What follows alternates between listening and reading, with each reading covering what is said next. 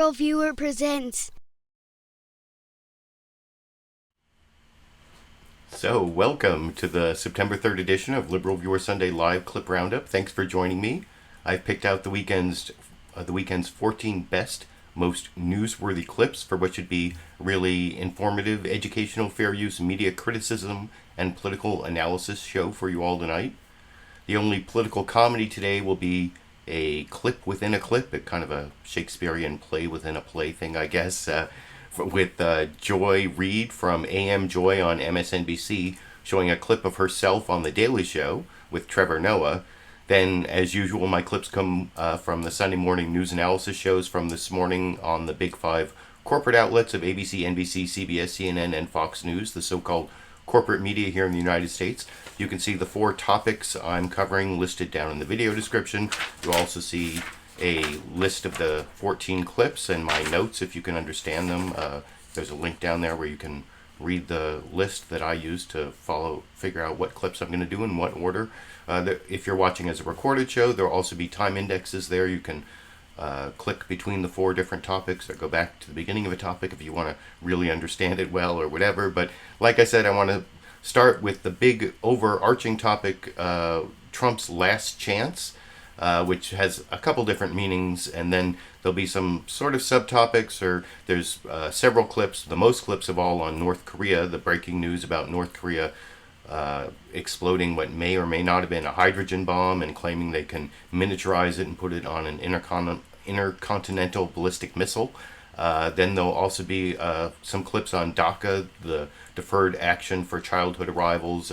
Trump has promised by Tuesday that he will announce whether he's going to deport these 800,000 kids who were brought here under the age of 16 and have stayed out of trouble and are basically Americans and have graduated high school and are in college or in the military. And anyway, I'll be talking about that a little bit, and then a couple clips about Trump's continuing Russia scandal, which only got covered on a few of the shows, but there's stuff building, and there were several developments this last week that I'll talk about at the end of the program.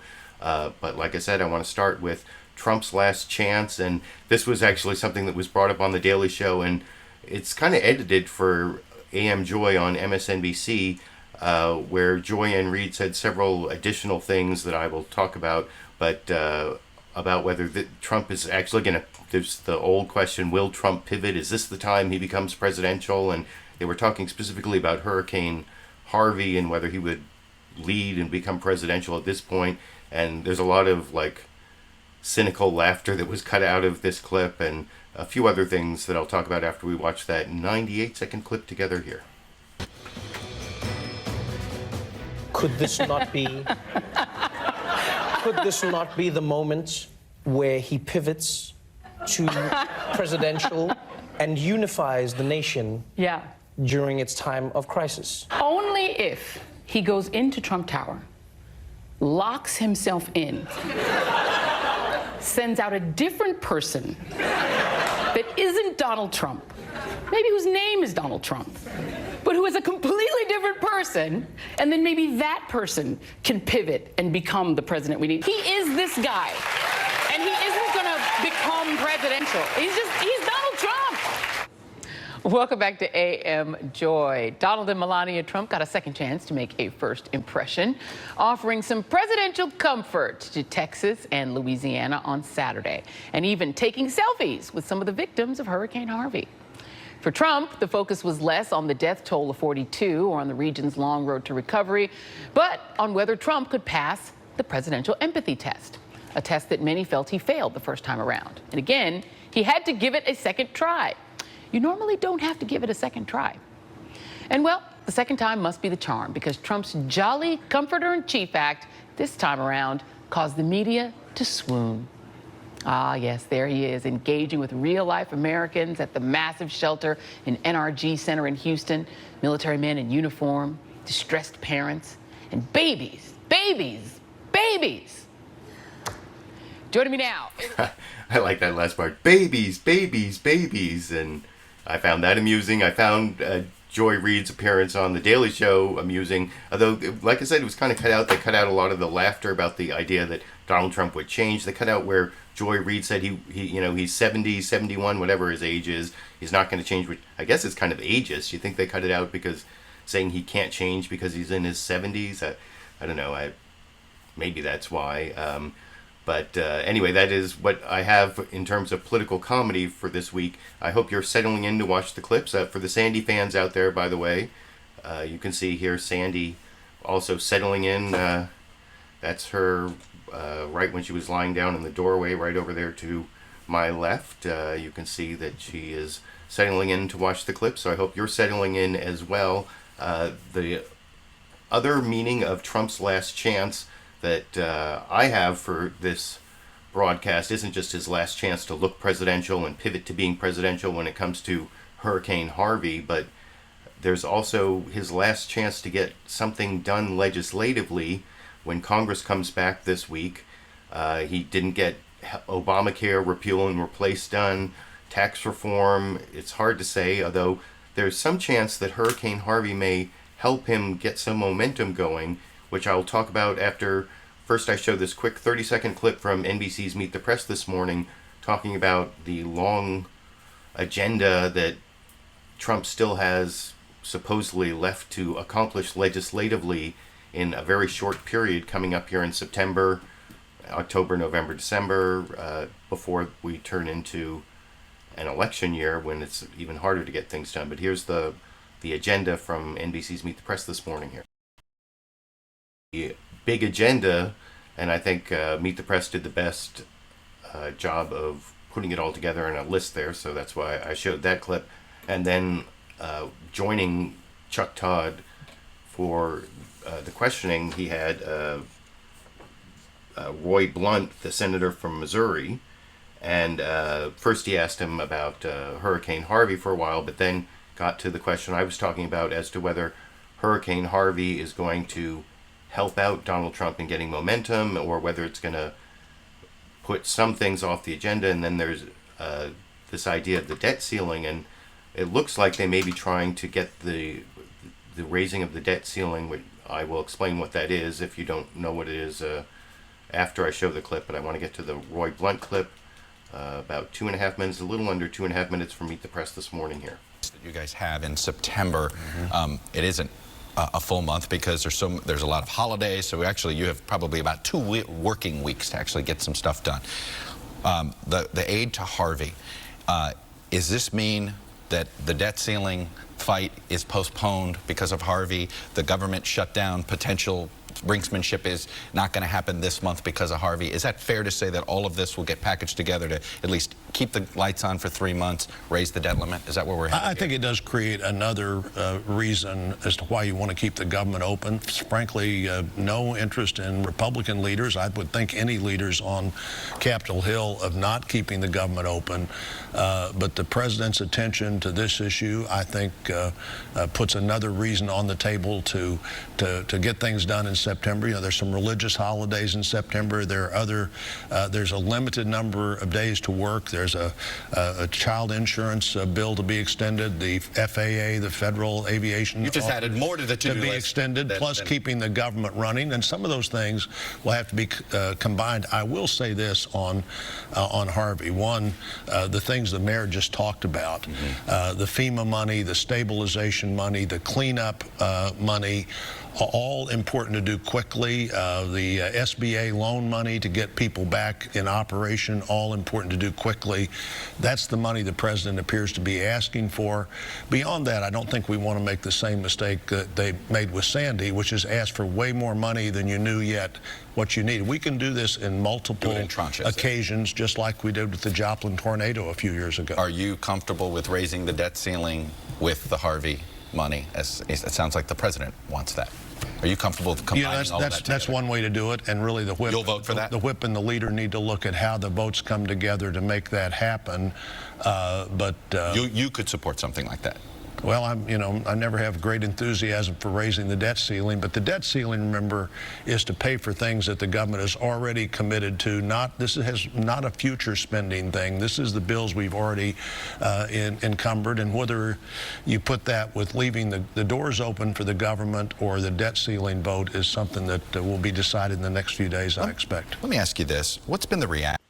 So I personally think the whole idea of raising the debt ceiling is kind of stupid. I mean, that it's something that Congress even has to do because kind of like Senator Roy Blunt there, the Republican from Missouri, was saying, it's spending that Congress has already authorized, and since there's not enough revenue in to pay for all the spending that Congress has authorized, Congress has to borrow more money. So it's either, I mean, theoretically it means defaulting on the United States government's debt, which means not paying the Treasury bills, or not. That's not what happens first. They shut down the government, and they stop paying a whole bunch of other things before they default on the Treasury bills. But it's not that it would actually happen, but it's just a stupid thing that the legislature even has to do that. And I did see on one of the shows, on Fox News Sunday, in their panel discussion, they had the guy from the right-wing Tea Party group, I think the Heritage Foundation guy, who was saying that he's not willing to do 18-month debt ceiling, to raise the debt ceiling for 18 months, like apparently what they're going to propose, unless they do like real deficit cutting in the same package and not just Hurricane Harvey relief plus raising the debt ceiling for 18 months. So there may be, like the Freedom Caucus, those like right-wing fiscal conservative Republicans may not even go along with this idea that you just heard Roy Blunt talk about, but I guess that remains to be seen in the month of September.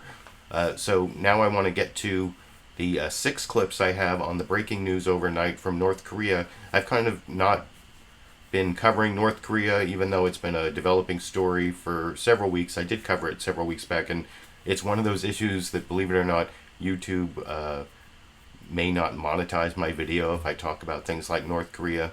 Although last week's video, which did pretty well, got I think 12 or 13,000 views. I think I looked at the statistics, only about 6% of the video views on last week's Sunday Live clip roundup were monetized. So why should I even care whether I talk about controversial topics if they're not going to monetize 94% of my video views anyway? So I guess I should talk about whatever is in the news. And if you haven't heard, North Korea exploded some kind of nuclear bomb. They're saying it might even been a thermonuclear bomb, what they call a hydrogen bomb. And I want to first compare a few different, like 3 of the big five corporate outlet, of the big 5 corporate media news outlets, how they reported on this, and I'm going to compare them. I'm going to start with sort of the brief one that has, the outlines of everything, but not all the context of some of the other ones I'll show. This is CNN's State of the Union, where Dana Bash was in for Jake Tapper hosting, and the State of the Union is threatened, of course, because of the breaking news on North Korea, in the 1-minute clip you can see over here.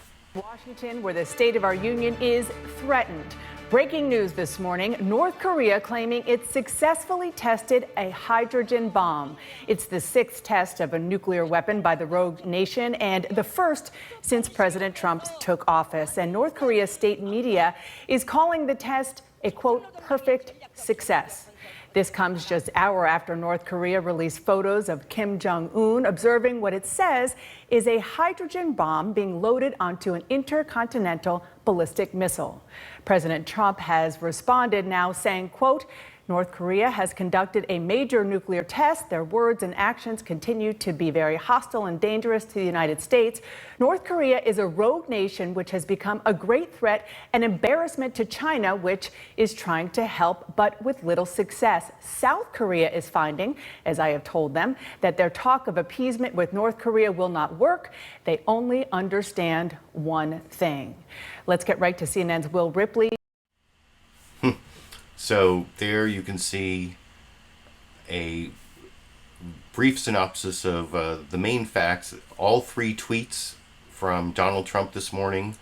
You'll see I'll be criticizing CBS's Face the Nation a little later for not including that 3rd tweet criticizing South Korea in their news summary. They didn't get to that till the second half of Face the Nation, but I'll talk about that when I get to that 3rd clip in the North Korea topic. the second clip puts it in great context in terms of the armed forces in South Korea, because it's from ABC's This Week with George Stephanopoulos with permanent substitute host, or I can't remember what her title is, Martha Raddatz. And I've talked about Martha Raddatz so many times about being a really good journalist, but also really close to the military-industrial complex, or to people in the military. And so she gets really great access, and you'll see that in this piece where she talks to armed people in the armed services right now in South Korea. And sometimes, though, I think she becomes sort of a spokesperson or a mouthpiece for the military, or I don't know, because maybe it's just that she humanizes her subjects, whatever she's covering, because I think she does a good job of that when it comes to DACA and the dreamer immigrant kids. I'm going to show a clip from her later where I think she does a good job of empathizing with the subjects of her questioning there. So maybe I shouldn't criticize her so much for empathizing with the members of the military. Maybe it's just because I think that there's too much pro-military rhetoric in the corporate media as it is. Maybe that's why I'm so critical of Martha Raddatz for that particular problem. But overall, this almost 5-minute clip from ABC's This Week has great context in terms of what's happening on the Korean Peninsula. It has the same facts you saw, of course, in the CNN State of the Union clip I showed before, including all 3 tweets, which is one of my bases for comparison when I get to CBS in a minute. But here's the ABC clip I'll watch together with you, and then we can talk about it after we watch it here. International crisis breaking overnight. Just before midnight, U.S. authorities detected an earthquake in North Korea. An hour later, the government of South Korea said it was caused by an underground nuclear test. 2:35 a.m., North Korea made it official, saying it had tested a hydrogen bomb, a bomb designed to be carried on an intercontinental ballistic missile. This is the 6th time North Korea has set off an underground nuclear device, and the first such test since Donald Trump took office. According to Japanese authorities, the test bomb was the strongest yet, 4 to 5 times as big as the bomb dropped on Nagasaki in 1945.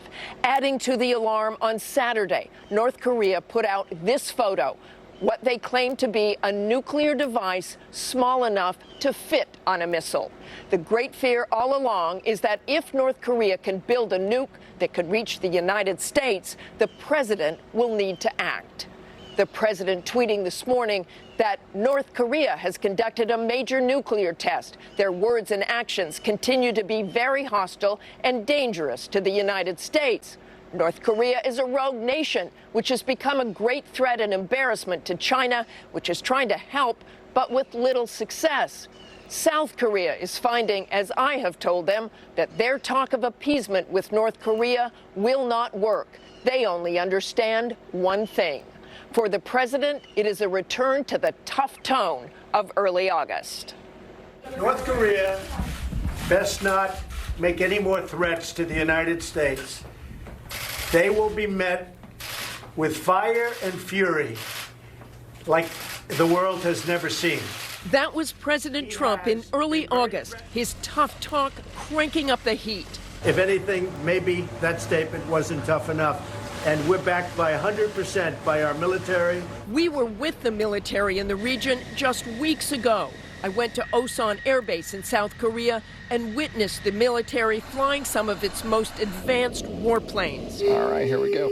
We were given incredibly rare access, a backseat ride-along on an F-16. Present altitude 7,000. In the front seat, Captain True Daniels from the 36th Fighter Squadron. It's a pretty smooth ride, though, isn't it? Just miles away from the demilitarized zone that divides North and South Korea. So how far are we from North Korea right now? Right now, 10 miles. And that's as close as you can get? That's as close as we can absolutely go. Flying through one of the most heavily restricted airspaces in the world.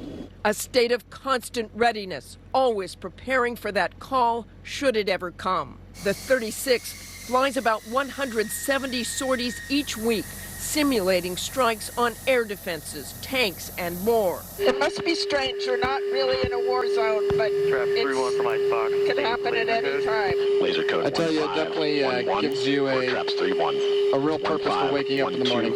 And that's our mission here, is to be ready to fight at a moment's notice. And that's why we like to say the 51st Fighter Wing is that we're ready to fight tonight. Back on the ground, I asked Captain Daniels and fellow pilot Major Ram Weller what it would look like if tensions boiled over and real conflict began. We prepare, namely to deter North Korea and any aggressive stance that they take. And if ultimately our effort to deter them fails, then we're mobilizing to defend the South Koreans and their way of life, and ultimately my other brother and sisters in arms. I think people always think, oh, the military, they're just ready for war. You're the last guys who want to go to war, right? Oh, sure. No one wants war to erupt on the peninsula, but the best way to prevent a war is to be ready. Always ready there at Osan, but the threat of war ebbs and flows with every test, every response. Despite his fire and fury warning, President Trump sounded a more conciliatory note last week, saying this about North Korean leader Kim Jong-un. Kim Jong-un, I respect the fact that I believe he is starting to respect us. I respect that fact very much. Respect that fact.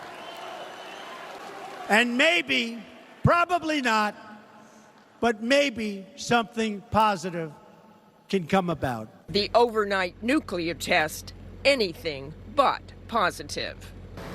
Let's bring in ABC. So I think ABC held Donald Trump accountable for what he said about North Korea and his basically failure to control North Korea in terms of this testing. Although in this next CBS clip, I think they do a better job of giving the full context of what North Korea has been doing. The 18 missile tests just since Donald Trump took office. And it's really a big step up for the North Korean aggressiveness and provocation, if that's what you want to call it, or you might want to call it an assertion of North Korean sovereignty in the face of Trump's provocation. I don't know, I guess if you want to have a two-sided debate on it, that might be the other side. One thing about this next clip from CBS's Face the Nation, it starts off with Margaret Brennan, the guest host on Face the Nation for John Dickerson, showing 2 of the 3 tweets, but not the one where Donald Trump is critical of South Korea for appeasing North Korea, which seemed a little bit uncalled for. And you'll see they go over to Ben Casey, not Ben Casey, what's his name? Ben Tracy, excuse me, not Dr. Ben Casey. I'm not even old enough to remember Dr. Ben Casey. Or wait, is he in the comics? Whatever, you can let me know down in the comment section. I've actually been reading the live comments along the way, and one of the things I saw along the way was my first Super Chat contribution for the day from Johanna Rodriguez, $10.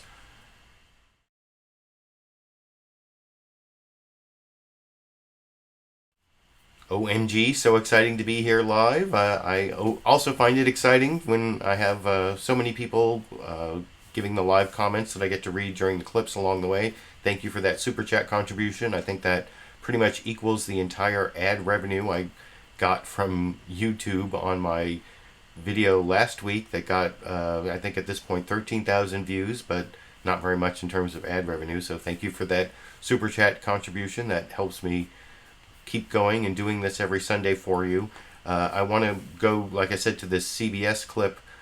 Margaret Brennan going to Ben Tracy, leaving out the 3rd critical tweet on South Korea, but I think talking most about how North Korea has been very provocative to Trump during Trump's administration and the overall context of North Korea over in this clip.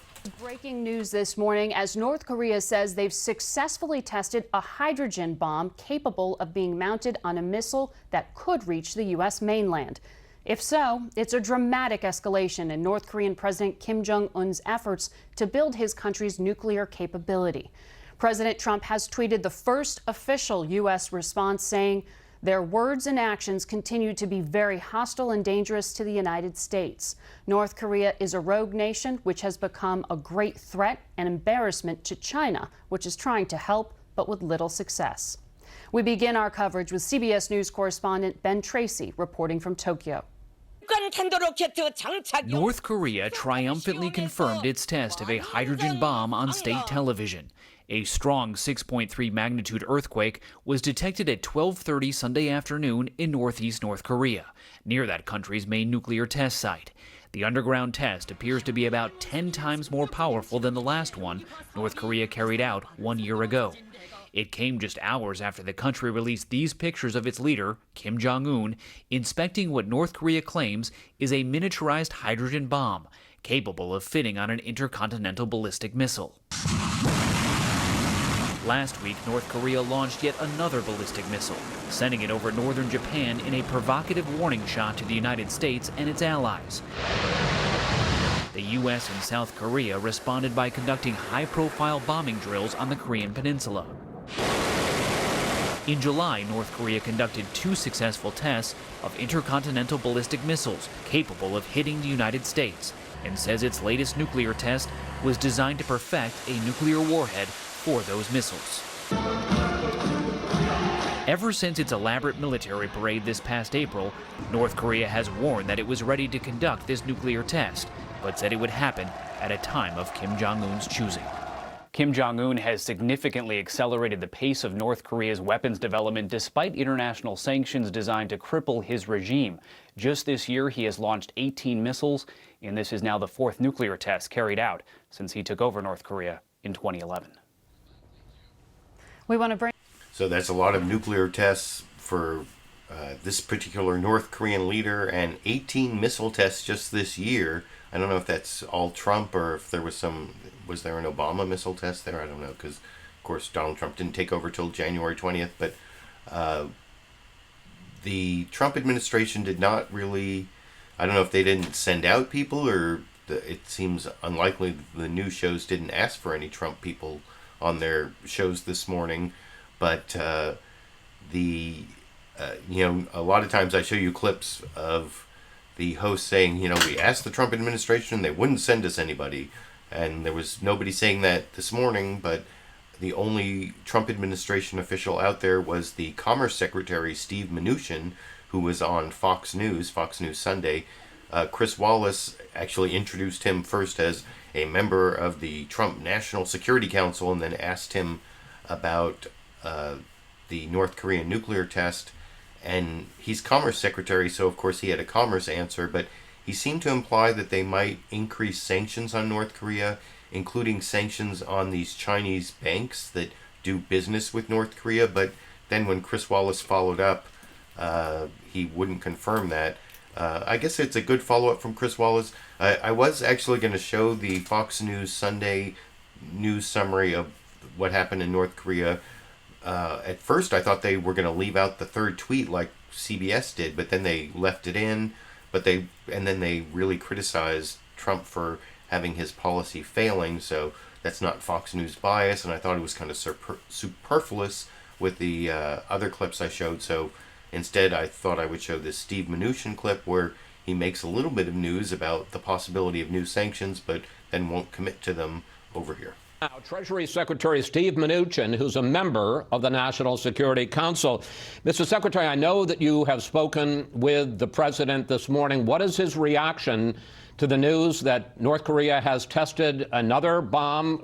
They say a hydrogen bomb, but certainly its most powerful explosive in its 10, 12 years of testing. Well, good morning. I did speak with the president, and it's clear that this behavior is completely unacceptable. We've already started with sanctions against North Korea, but I am going to draft a sanctions package to send to the president for his strong consideration that anybody that wants to do trade or business with them would be prevented from doing trade or business with us. We are going to work with our allies.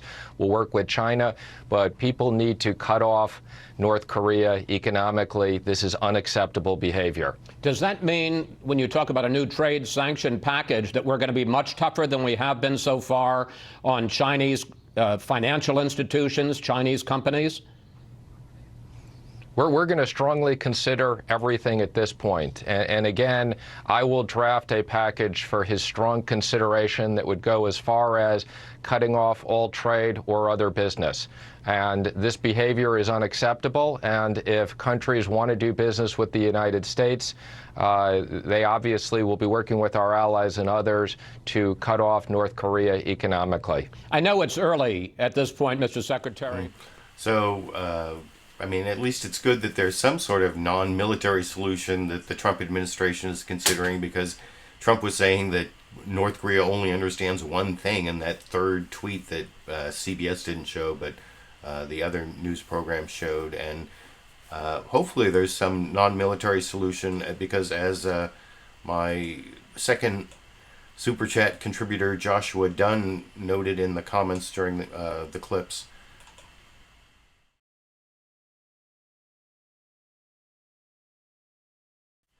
yeah, I've made this point on previous live clip roundups. There are all, even if you take nuclear weapons out of the equation, there's just all these artillery pieces within range of Seoul, which has, what is it, how many millions of people? Is it 25 million people in Seoul? Do I have that number correct? So millions of people, hundreds of thousands of people, depending on, I mean, many, many people will die in like the first half hour of this war if they use the military option. Even if they try to take out all the nuclear and missile sites, there are all these artillery pieces, like Joshua Dunn was saying there. Thank you for those 10 New Zealand dollars. And I appreciate the Super Chat contributions, like I said. So I think that Fox News Sunday did get at least a little bit of news from the Trump administration there. But maybe one of the reasons not a lot of Republicans came on to be the defenders of the Trump administration is because Trump has been really bellicose and not really diplomatic, and doesn't seem to have a good solution here. And you'll see in this next clip, Senator Jeff Flake, a Republican from Arizona who was attacked by Donald Trump at that Phoenix rally in the last week or so. And I'm not going to show the clip where he responds to that, but instead this is a clip from CNN's State of the Union where Dana Bash asks him about James Clapper of like head-rubbing fame, the guy who said that before the Snowden revelation said that the NSA wasn't keeping dossiers on millions of Americans and ended up being a big liar. Well, I don't know if he's being a big liar in this clip, but in this clip he says that he's really worried that Donald Trump is going to use nuclear weapons against North Korea in a fit of pique, and there's not much in the national security apparatus to stop him. And Jeff Flake says, in response to a question about that from Dana Bash, that, well, he has faith in our national security apparatus, and Dana Bash points out exactly who he says he doesn't have faith in this clip. A little over 2 minutes we'll watch together here. Senator James Clapper, who was the director of national intelligence under President Obama, he recently questioned President Trump's fitness for office and capacity to handle the nation's nuclear arsenal. Listen to what he said. I worry about, frankly, the access to nuclear codes. If he, in a fit of pique, he decides to do something about Kim Jong-un, there's actually very little to stop him. Senator, there are a lot of people waking up this morning in this country very concerned about what they're hearing from North Korea. Do you share Clapper's concern, not just about North Korea, but with the president's ability to respond? Well, I do have good confidence in our national security team and those who are advising the president. And the president does not have experience in this kind of situation. but few presidents do when they come into office. And I'm confident that the people around the president are giving him good advice, and I believe that he'll follow it. I sure hope he does. Obviously, you like a leader that is measured and sober and consistent. Our allies want to hear that. I think our adversaries need to hear that. But we've got a good team around the president. Senator, you talked there about the president's team, but not about the president himself. Are you concerned about the president himself, as James Clapper is? Like I said, no president comes in prepared with regard to foreign policy experience. That's why you have a good team around them. I've had my concerns, I think everyone has, at some of the statements that have been made by the president with regard to NATO and other areas in foreign policy. Like I said, I think we want somebody who is measured and sober and consistent and conservative in this regard. But he has a good team around him, and I have confidence in them. All right, Senators, stay with us. So I don't know, how subtle was that diss there on Trump? I mean, he did kind of try to soften it in his answer to the follow-up. Well, you know, a lot of presidents don't come in with a lot of foreign policy experience, but I don't know, the confidence in the in the national security team, but not willing to say he has confidence in the president from a Republican for a Republican president. I think that is something to remark on. That makes it remarkable, I guess. Isn't that what remarkable means? So I thought it would show that. But if you want the opinion of a Democrat, I'm going to show you one of two Adam Schiff clips. And I think Adam Schiff is like really revving up to do something bigger than just being a member of the House of Representatives. One of the things I noticed this last week is Senator Dianne Feinstein of California, one of my two senators. I'm not a big fan of Dianne Feinstein because I don't think she is liberal enough on things like national security and surveillance. And even though she's from San Francisco, she's no Nancy Pelosi, I guess you could say. But she was at the Commonwealth Club in San Francisco this last week and wouldn't say whether she's going to run for a sixth term in 2018. If she doesn't run, one of the things I was thinking is maybe Adam Schiff is positioning himself to be a U.S. Senator, or who knows. But I think that he's been doing a really good job on the Intelligence Committee, talking about the Russia investigation, and that's one of the clips I'm going to show. In fact, that's the very last clip I'm going to show is Adam Schiff talking about Russia. But I wanted to show this last clip on North Korea where first you'll see Adam Schiff explaining why it's really stupid for Donald Trump to be attacking South Korea, not just in that tweet, but then in also saying he may abrogate the free trade pact that the United States has with South Korea right at this time when South Korea is under all this pressure from the North Korean nuclear test. So that's the beginning of this clip, and then you'll see Dana Bash on CNN State of the Union follows up with the whole idea of the tweet and the break, why is Trump doing this? And of course, Adam Schiff is very critical of the Trump administration position in the 2-minute clip I'm going to watch with you over here. So why we would want to show divisions with South Korea right now, it makes no sense at all. The president will be meeting later today with his national security team. He is not the first president to deal with these very tough choices, and that is the nuclear process that is going on in North Korea, trying to deal with it diplomatically, having the threat of military force behind it. When he talks about fire and fury, though, or when he did in the past several weeks, do you think that that is the right approach? I think these erratic and often bellicose tweets are not productive. It could be counterproductive with a regime like North Korea that's already fears that we're going to invade North Korea and have imperialist ambitions in North Korea. So I don't think that makes much sense, and it also could cause them to miscalculate in a way that could really escalate things. I think a far better approach, frankly, is to look at the lessons that we learned and how we dealt with Iran and how we dealt with the Soviet Union in terms of either getting a cessation or a rollback of their nuclear programs.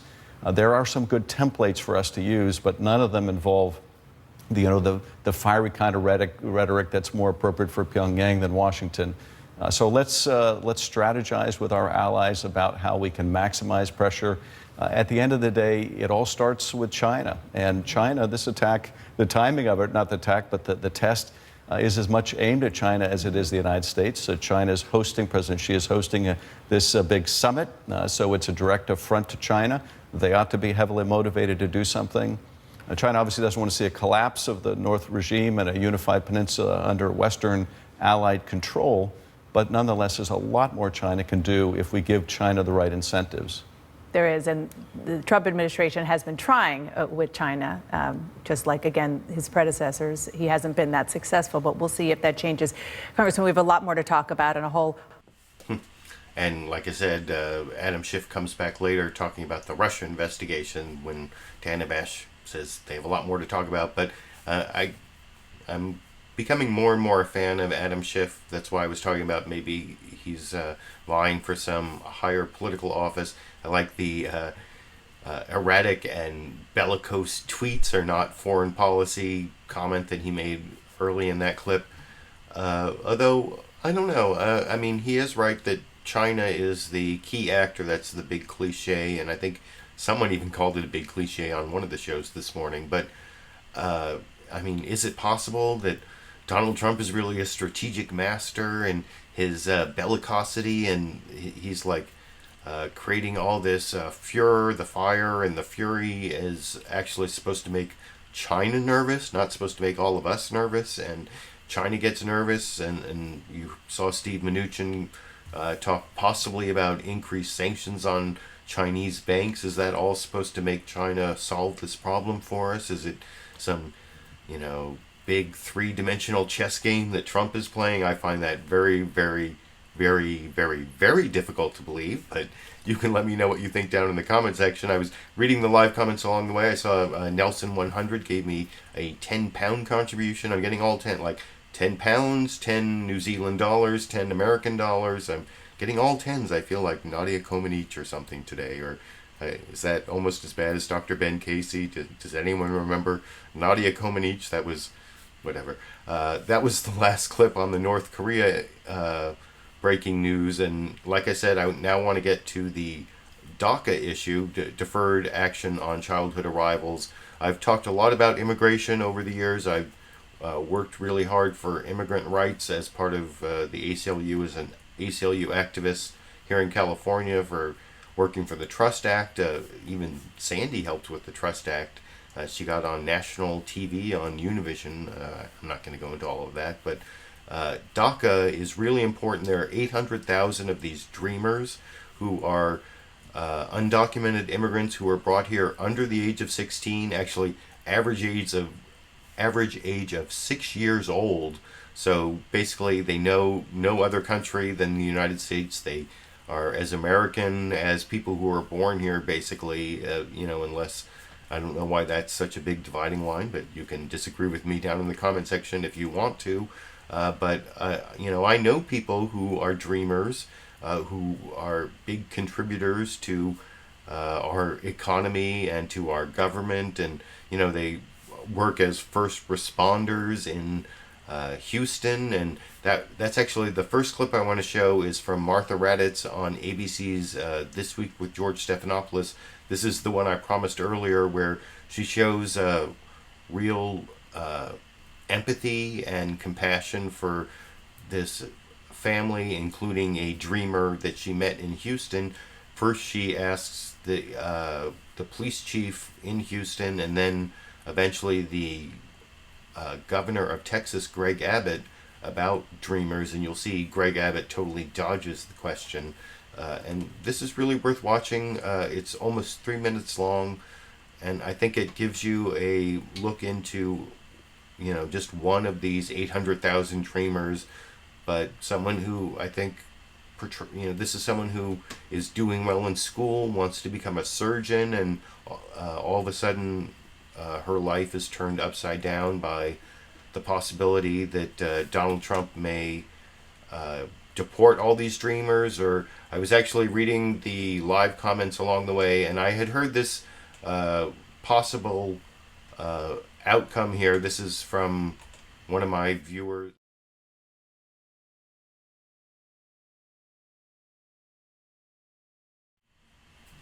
Coriolis was reporting, I've seen this breaking story, that Trump may be delaying the deportation of the Dreamers for 6 months to let Congress solve the problem. Whether that's true or not, I've seen Trump do these weird immigration head fakes before where he says he's going to do one thing and then does the other. So that might be true, and I'll talk about that more after we watch this 3-minute clip on the issue from ABC's This Week with George Stephanopoulos, where Martha Raddatz, like I said, does a good job humanizing one of these dreamers over here. To help evacuees may be complicated by a new challenge. With President Trump set to announce his decision this week on whether to end the DACA program, which allows undocumented immigrants who came to this country as children to stay under work permits. There are so many homes that have been damaged and some beyond repair in our state. And then you add on top of that all the issues with the immigration debate and all the ugliness of that. I was mentioning to somebody yesterday, it's a state official that was pushing this anti-immigration ugly narrative, and I asked him, now what are you going to tell the American people when we've scared away so many hardworking people? Houston has one of the highest populations of so-called dreamers in the country. We met one of them, 15-year-old Yasmin Medrano, as her family returned to their flooded-out Houston home, which they just recently paid off. It's a lot of work. And our house is just crumbling down like that. Sad. Her family came to the U.S. when she was 5. She just applied for DACA status. Now the stress of both Harvey and the president's looming decision is taking its toll on her dream of becoming a surgeon. My biggest fear is for us to get deported. For my family, all the hard work that they have done to just be thrown away and then go back to how we were. And for me to not be able to study, not be able to work, it's a lot.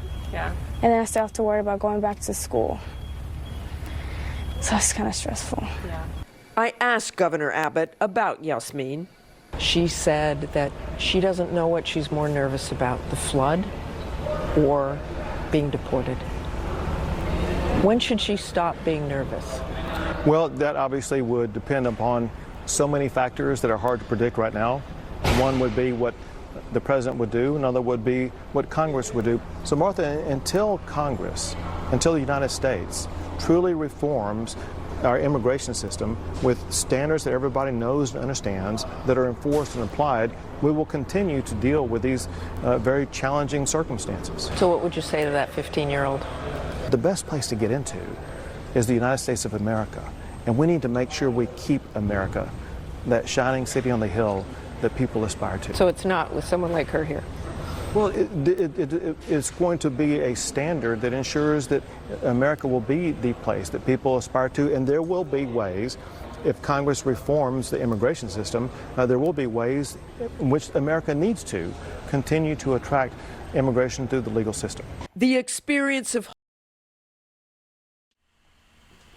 So, yeah, that was a really good clip, I thought, from ABC's This Week with George Stephanopoulos. My one criticism from them is they had a member of the Senate, Ted Cruz, and then a member of the House, Joaquin Castro, on, and did not ask either of them about DACA, especially Ted Cruz. So that was my criticism of ABC, despite having that really good questioning of Greg Abbott that he totally dodged, the governor of Texas. Oh, by the way, I was reading the live comments along the way. I saw Jay Woods was like, just offered me or donated $20 to understand what Sandy had to do with DACA. I didn't say Sandy had to do with DACA. She had to do with what's called the Trust Act here in California, which was one of the first statewide laws making California a so-called sanctuary state. And I don't want to go into all the details, but you can Google the video in which Sandy appears, got national TV exposure on Univision. Here's a thumbnail of that.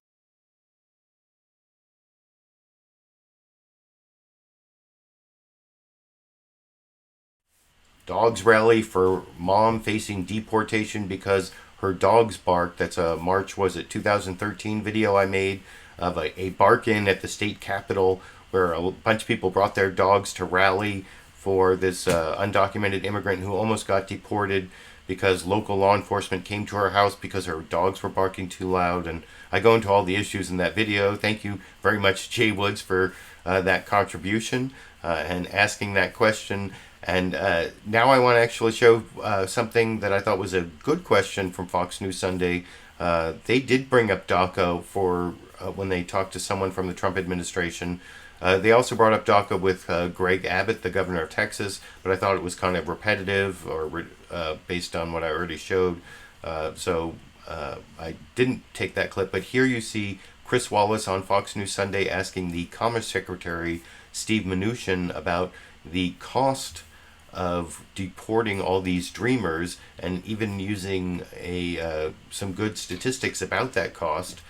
Because all these business leaders sent a letter to Trump saying, don't deport these dreamers, they're helping our economy. And Steve Mnuchin dodges the question and then even tries to claim that they're taking away from, in a subtle way, that these dreamers are taking away jobs from Americans, which the statistics that Chris Wallace shows at the beginning here are showing that it's adding to our economy, which actually creates jobs, which I will discuss with you after we watch that clip together over here. Question less than a minute. I want to turn to DACA and its impact on the economy, because this week some 400 business leaders sent the president a letter saying if the 780,000 dreamers who now work are put at risk of deportation, the economy will lose $460 billion plus $24.6 billion in Social Security and Medicare taxes. Briefly, sir, would ending DACA, forgetting the other aspects of it, would ending DACA hurt the economy? Chris, I think this is a complicated issue. There's a lot of important issues that are on the agenda this week. As it relates to immigration, the president is very focused on legal immigration. As you've said, this is a complicated issue and something I'm sure that the president will consider carefully. As it relates to the economic impact, I'm less concerned about the economic impact. We'll make sure that we have plenty of workers in this economy. We want to put more people back to work. There's a lot of people that left the workforce, and our objective is to bring them back into the workforce. Secretary Mnuchin, thank you. Thanks for joining us. Good to talk. So yeah, like I said, I think he dodged the question there. It was a good question from Chris Wallace, and that's the thing. Immigration overall, even undocumented immigrants, benefit the U.S. economy, and there's very little doubt about that. The only exception to that is in some border areas, they can lower wages for lower skilled workers. That's definitely true. But for the overall U.S. economy, they are necessary and really beneficial to our economy, immigrants in general and undocumented immigrants specifically. So I think it was a good question from Chris Wallace, even though I don't think he followed it up really well. And Steve Mnuchin, like I said, dodged it and then even seemed to imply that it hurts jobs for us to have these undocumented immigrants, these dreamers who are really actually growing the economy, which means more jobs. So it was like a ticker jobs. South Park's coming up there's going to be new South Parks this month, so I don't know, maybe there'll be a new ticker jobs. That was a new ticker jobs angle, I guess, from the Commerce Secretary, Steve Mnuchin. But before I leave the subject of DACA, I want to show how an Arizona senator, Jeff Flake, who has been a big opponent as a Republican against President Trump, how he responds to the idea that Trump should keep his promise and deport all these dreamers like he promised during the campaign. And I don't know, this seems like something only a politician would argue. Like, that when the president campaigns, there are like some promises you hope he keeps and some, you hope he's just a big liar. That's what he's saying. I hope Trump's a big liar on this one, as I will discuss with you after we watch that clip together here. I want to ask you about what's known as DACA, the Obama-era program that shields young documented immigrants who were brought to the U.S. by their parents, shields them from deportation. You tweeted the following on Friday: Congress needs to take immediate action to protect DACA kids. But let me show you what President Trump promised during the campaign in your home state of Arizona.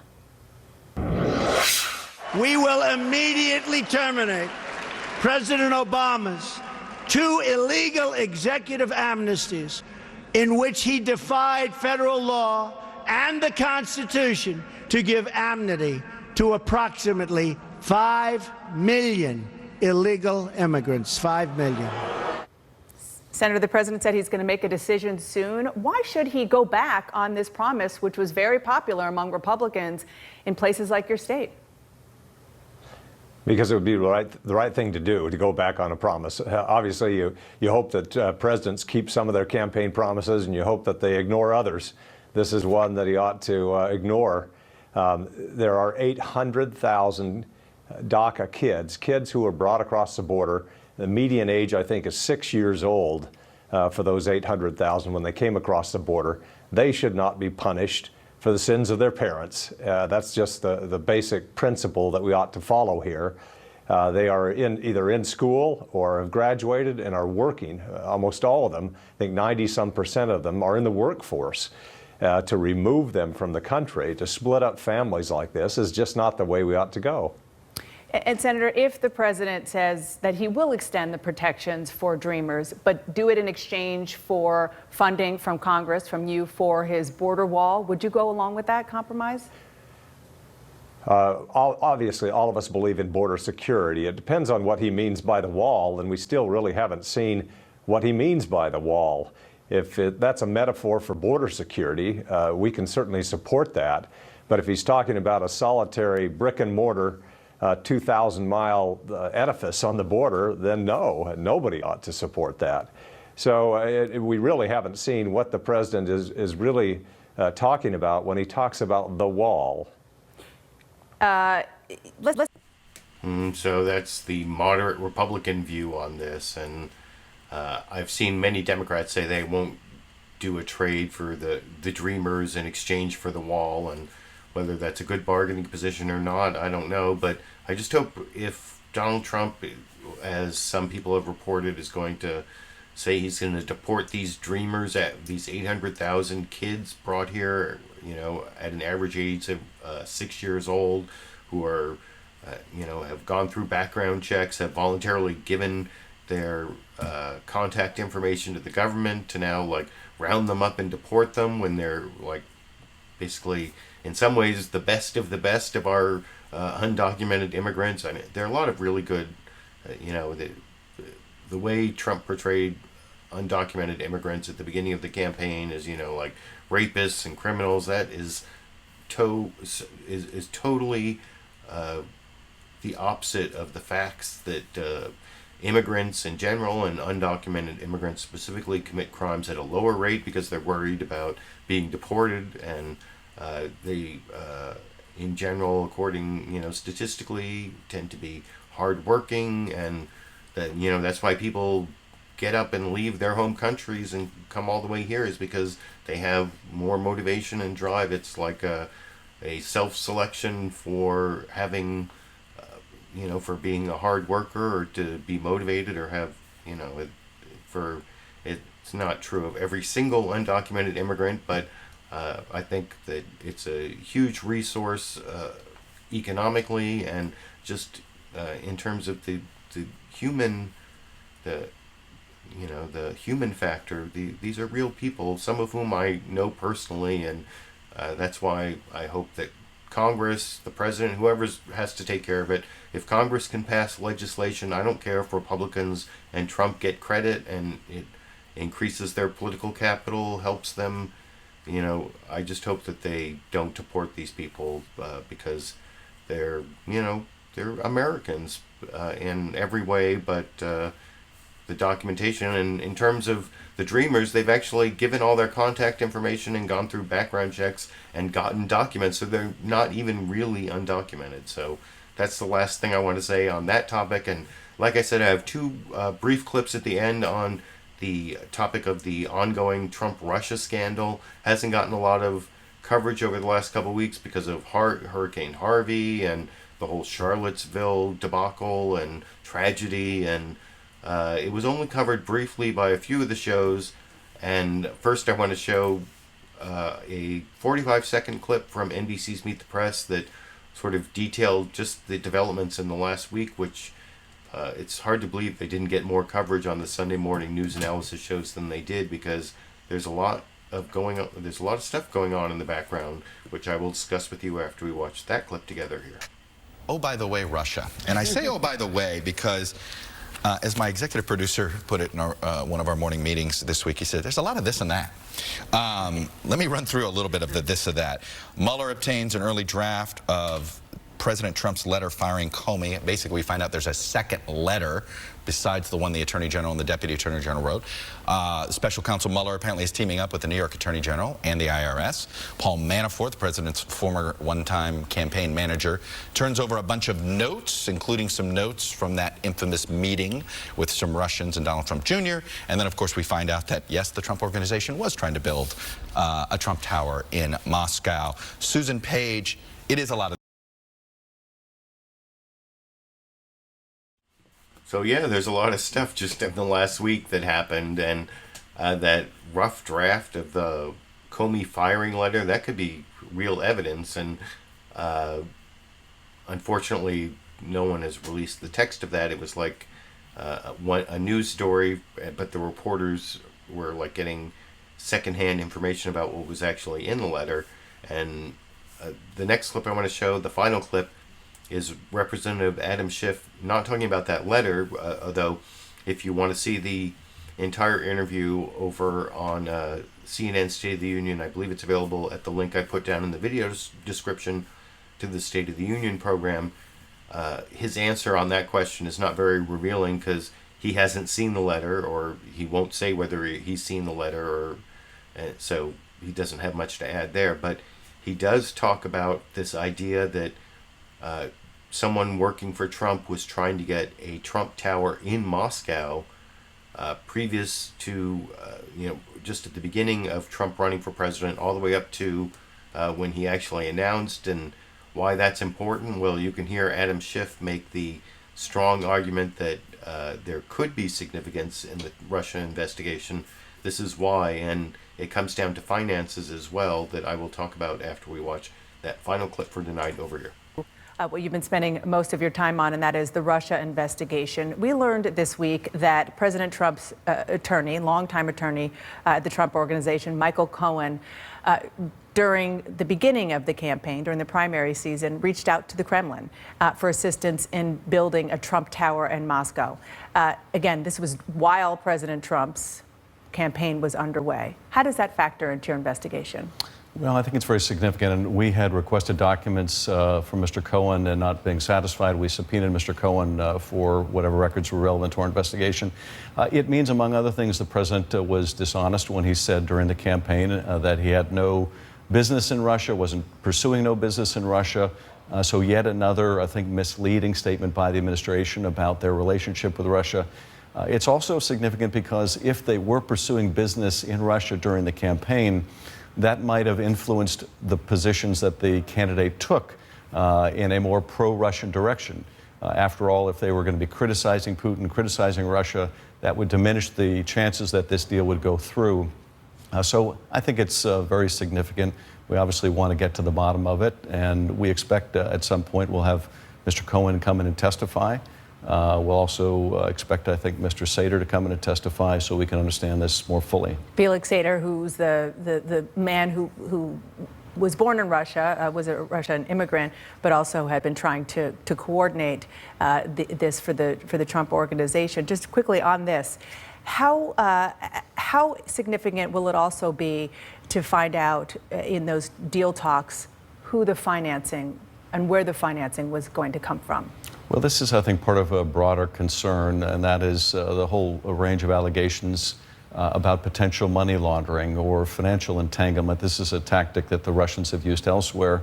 And if there was any kind of financial transactions, either illicit or legal, that nonetheless Russians could hold over the president's head because he's denied having any financial interests in Russia or with the Russians, that could be leverage on the president's future actions. And Congressman, you've started to get a lot of these documents that you have subpoenaed. Is there an answer, an early answer to that question? Was there an attempt to money launder? I can't comment on any of the evidence, but that is, I think, one of the more serious allegations that we need to look at, that I think Bob Mueller needs to look at.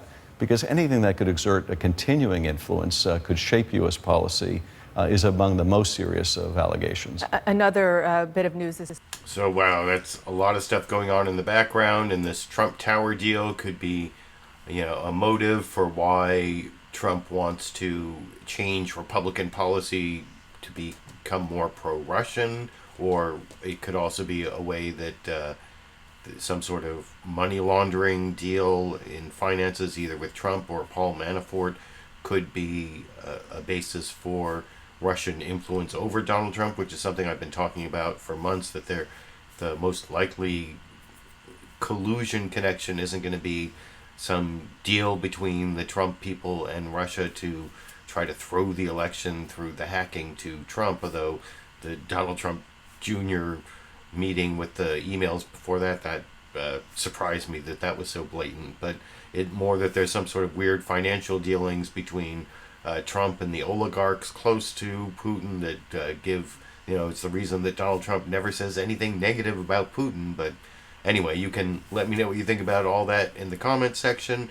That, like I said, is the last clip I want to show. I appreciate all my live viewers who showed up to keep me company while I showed the clips. I especially appreciate all my super chat contributors.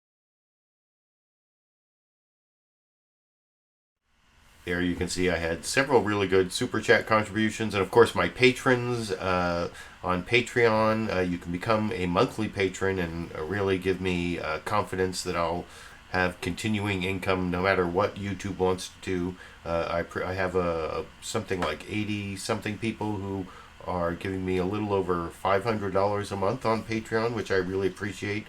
That's about half of what I need to keep this show going. The other half, up until now, had pretty much been covered by the direct contributions through YouTube before and ad revenue. Now all the ad revenue's gone, so that's why I have to keep talking about all these other ways to support me and contribute to my program. I appreciate people who support me also just by showing up and giving me supportive comments and watching the show and giving me the views, sharing me on social media.